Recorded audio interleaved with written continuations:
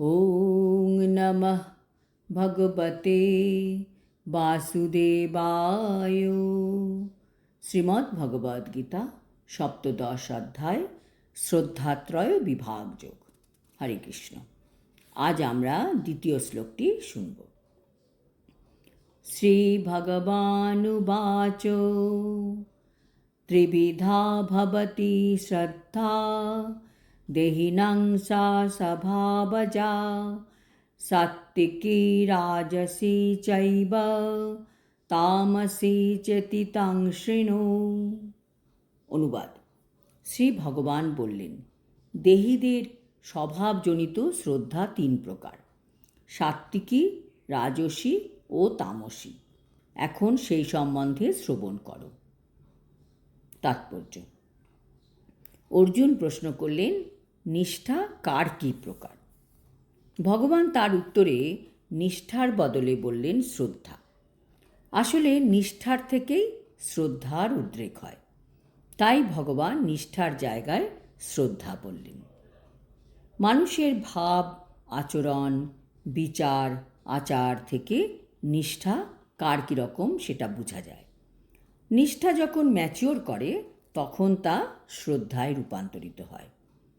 তাই ভগবান এখানে তিন প্রকারের শ্রদ্ধার কথা উল্লেখ করলেন: সাত্ত্বিক, রাজসিক ও তামসিক।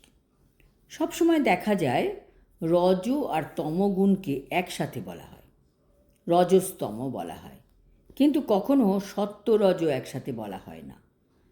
তমগুণের থেকে রজগুণ ভালো, আবার রজগুণের থেকে সত্যগুণ শ্রেষ্ঠ।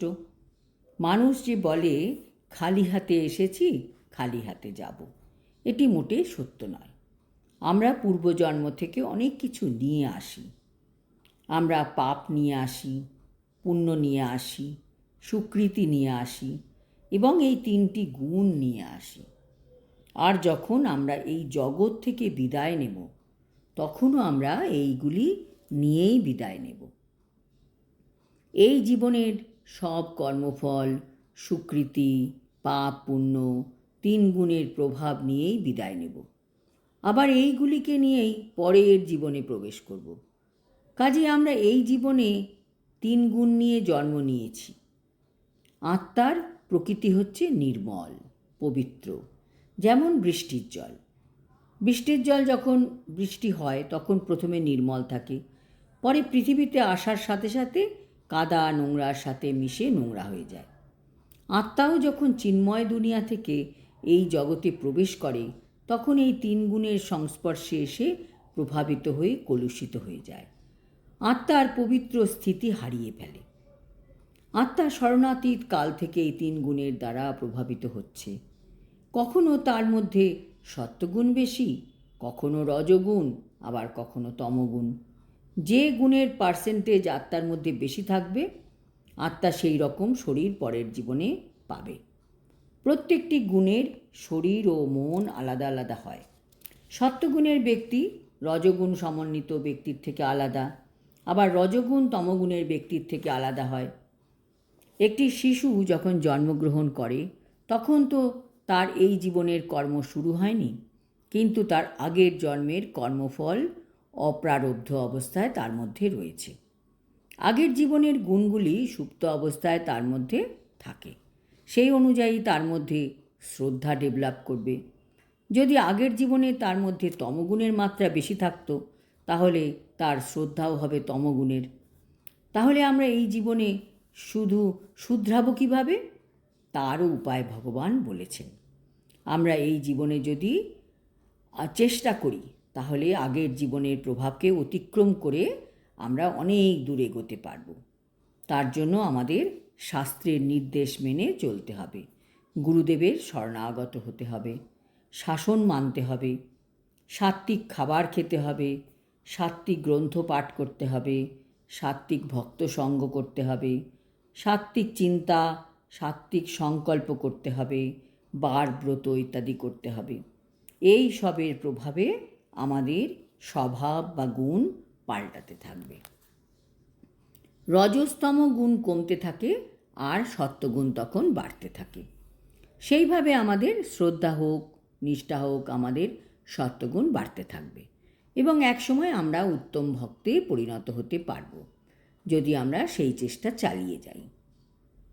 এই শ্লোকের তাৎপর্যে শ্রীল প্রভুপাদ বলেছেন যে যারা শাস্ত্রের বিধিনিষেধ সম্বন্ধে অবগত হওয়া সত্ত্বেও আলস্য বা বৈমুখ্যবশত এই সমস্ত বিধিনিষেধ অনুশীলন করে না, তারা জড় প্রকৃতির বিভিন্ন গুণের দ্বারা পরিচালিত হয়। তাদের পূর্বকৃত সত্ত্বগুণ, রজগুণ বা তমগুণ মিশ্রিত কর্ম অনুসারে তারা বিশেষ ধরনের স্বভাবপ্রাপ্ত হয়। প্রকৃতির বিভিন্ন গুণের সঙ্গে জীবের সংসর্গ চিরকাল ধরেই চলে আসছে। যেহেতু জীবসত্তা জড় প্রকৃতির সঙ্গে সংশ্লিষ্ট হয়ে আছে, সেই জন্য জড় গুণের সঙ্গে তার আসক্ত অনুসারে সে বিভিন্ন ধরনের মানসিকতা লাভ করে থাকে। কিন্তু যদি সে কোনো সদ্গুরুর সঙ্গ লাভ করে এবং তার নির্দেশিত অনুশাসনাদি এবং শাস্ত্রাদি মেনে চলে, তাহলে তার স্বভাব পরিবর্তন হতে পারে। সেভাবে মানুষ ধীরে ধীরে তম থেকে সত্ত্বে অথবা রজ থেকে সত্ত্বে তার অবস্থার উন্নতি সাধন করতে পারবে। সিদ্ধান্ত হচ্ছে এই যে প্রকৃতির কোনো এক বিশেষ গুণের প্রতি অন্ধবিশ্বাসের ফলে মানুষ পূর্ণ সার্থকতার পর্যায়ে উন্নীত হতে পারে না। সব কিছুই সতর্কতার সঙ্গে বুদ্ধি দিয়ে সদ্গুরুর সান্নিধ্যে বিবেচনা করতে হয়। এইভাবে মানুষ প্রকৃতির উচ্চতর গুণগত পর্যায়ে নিজের অবস্থার পরিবর্তন করতে পারবে। আজ এই পর্যন্ত। পরের শ্লোকে ভগবান বলবেন, প্রত্যেকটি মানুষের শ্রদ্ধা আলাদা আলাদা হয়। সেই শ্রদ্ধা অনুযায়ী সে বিশেষ বিশেষ মানুষেরও সঙ্গ করে। হরি ওম তৎসৎ। হরে কৃষ্ণ।